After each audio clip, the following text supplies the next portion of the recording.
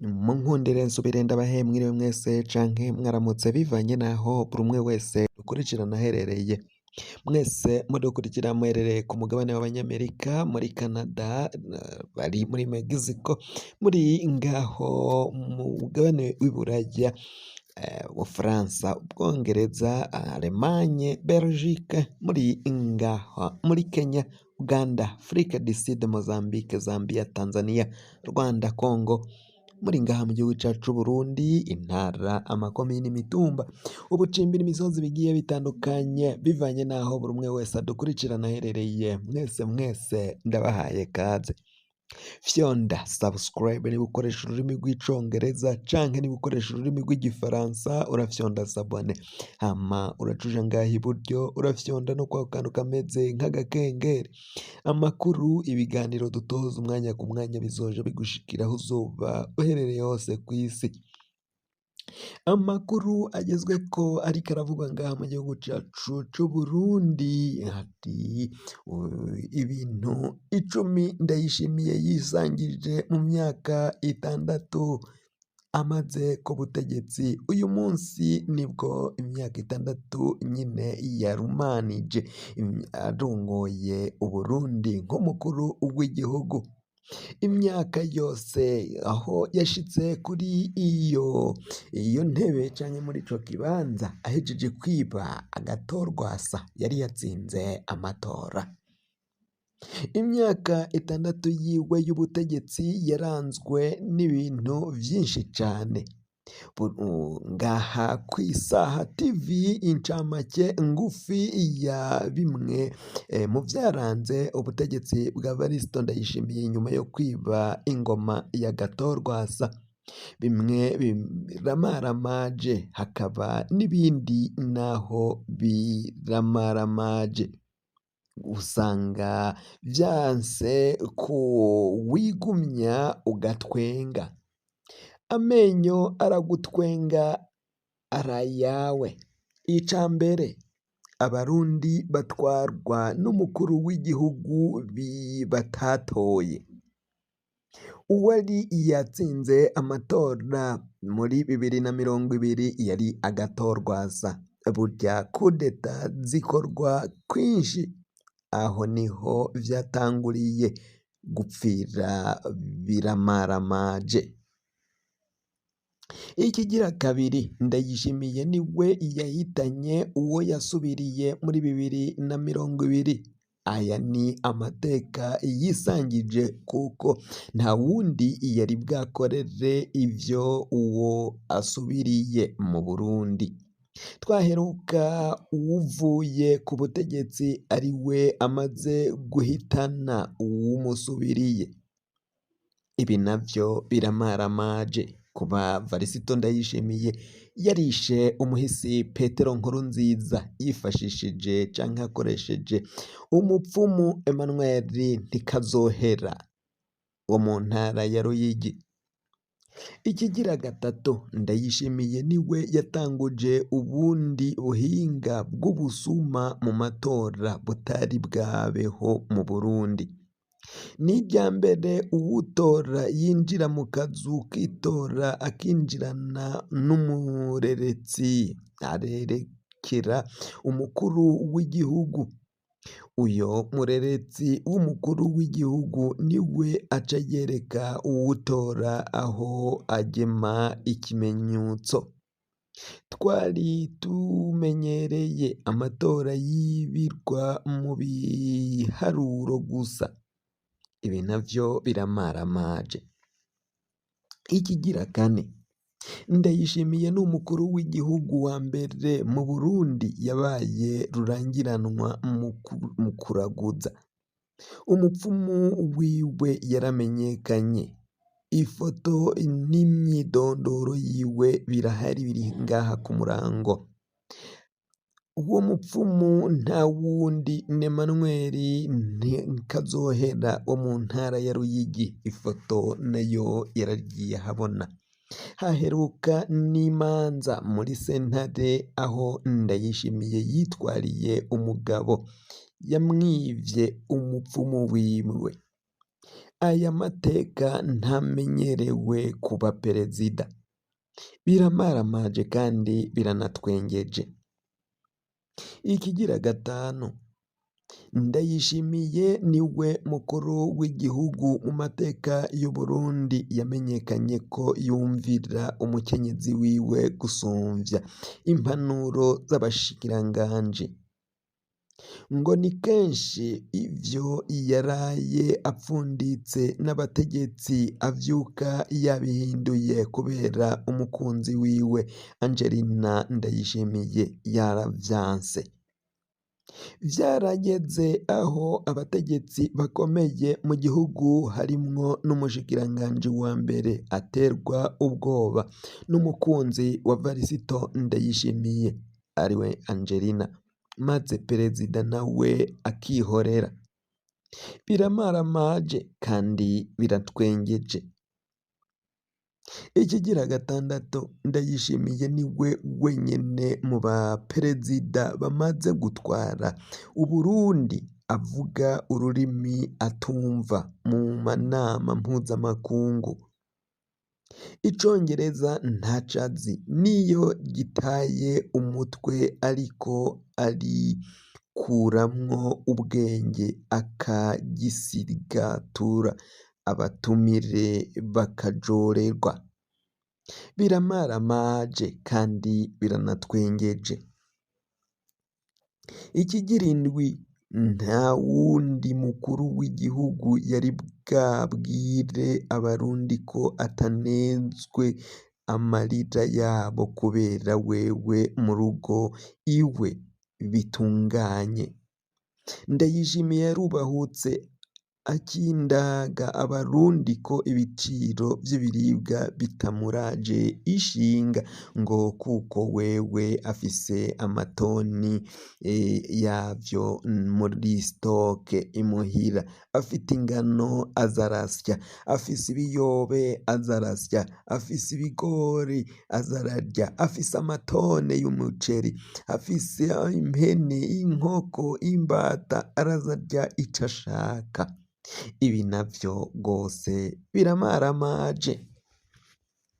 Ikigira umunani, n'umukuru w'igihugu wa mbere yubahutse kwinjira mu buzima uwo batabona ibintu kumwe atangariza abarundi ko naho amukebura avuga ibinyoma ngo kuko atamugore afise.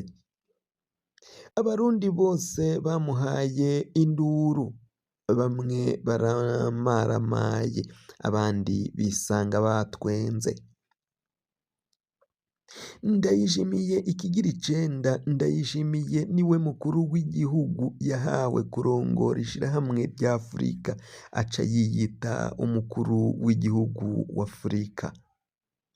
Byaranamukomeranye kuko yarigeze no kwibagira ashira abakuru b'ibihugu ingingo bemeza batayigiye inama, birangira iteshejwe agaciro, batangura no kumutwenga ku mugabane wose.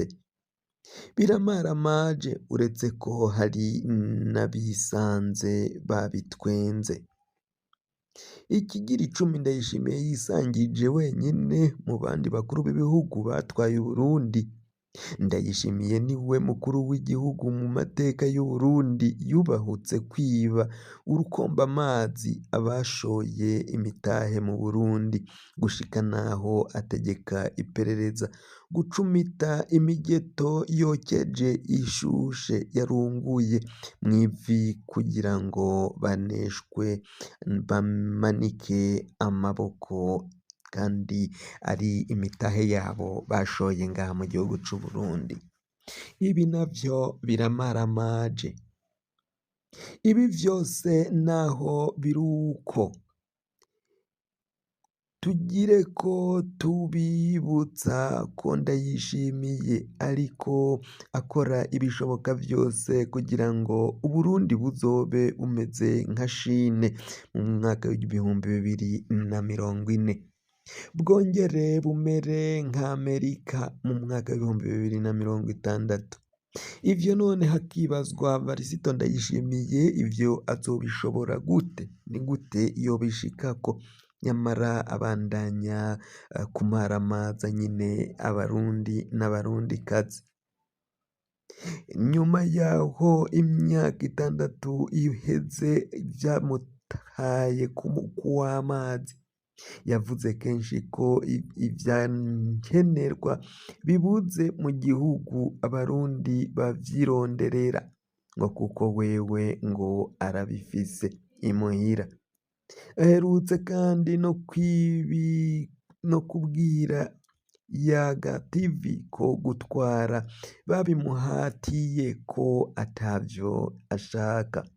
Ubuhoho yaraye atangaje ko Ekereziya Gatolika yovyikorera, ngo kuko ahubwo ngabona abo bo muri Ekereziya Gatolika ari ibinebwe gusa, ngo ntaco bakora, ngo ahubwo nukuzomera.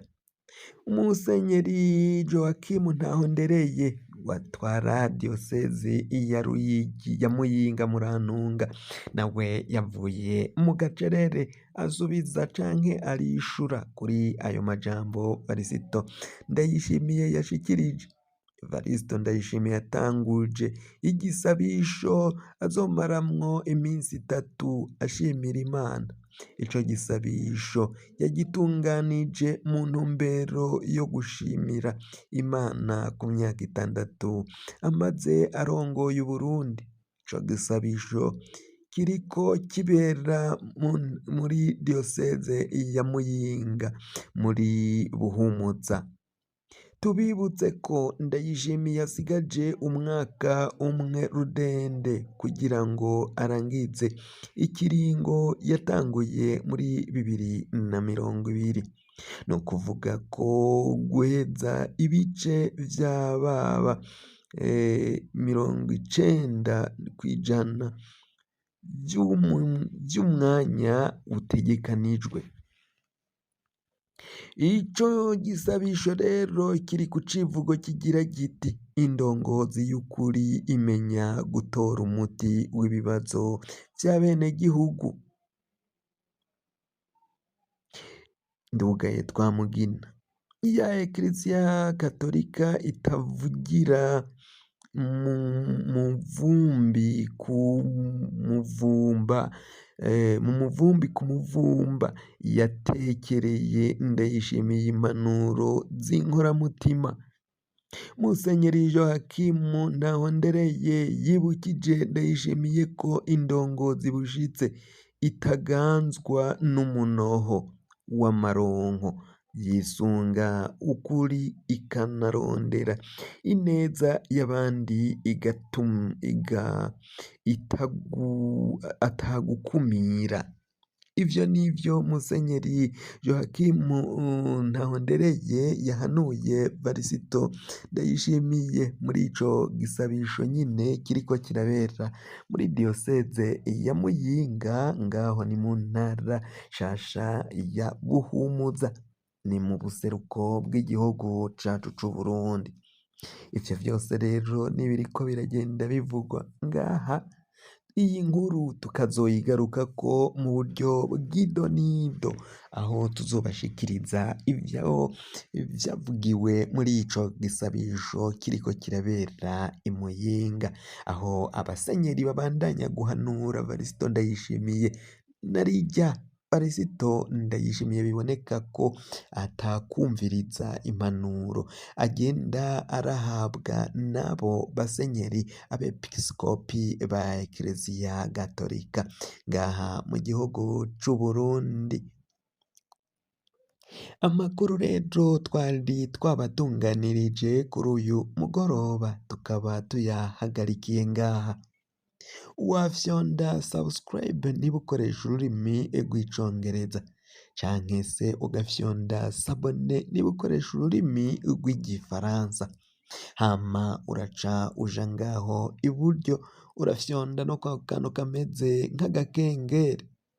Amakuru, ibiganiro dutohoza umwanya ku mwanya bizoja bigushikira aho uzoba uherereye hose kw'isi.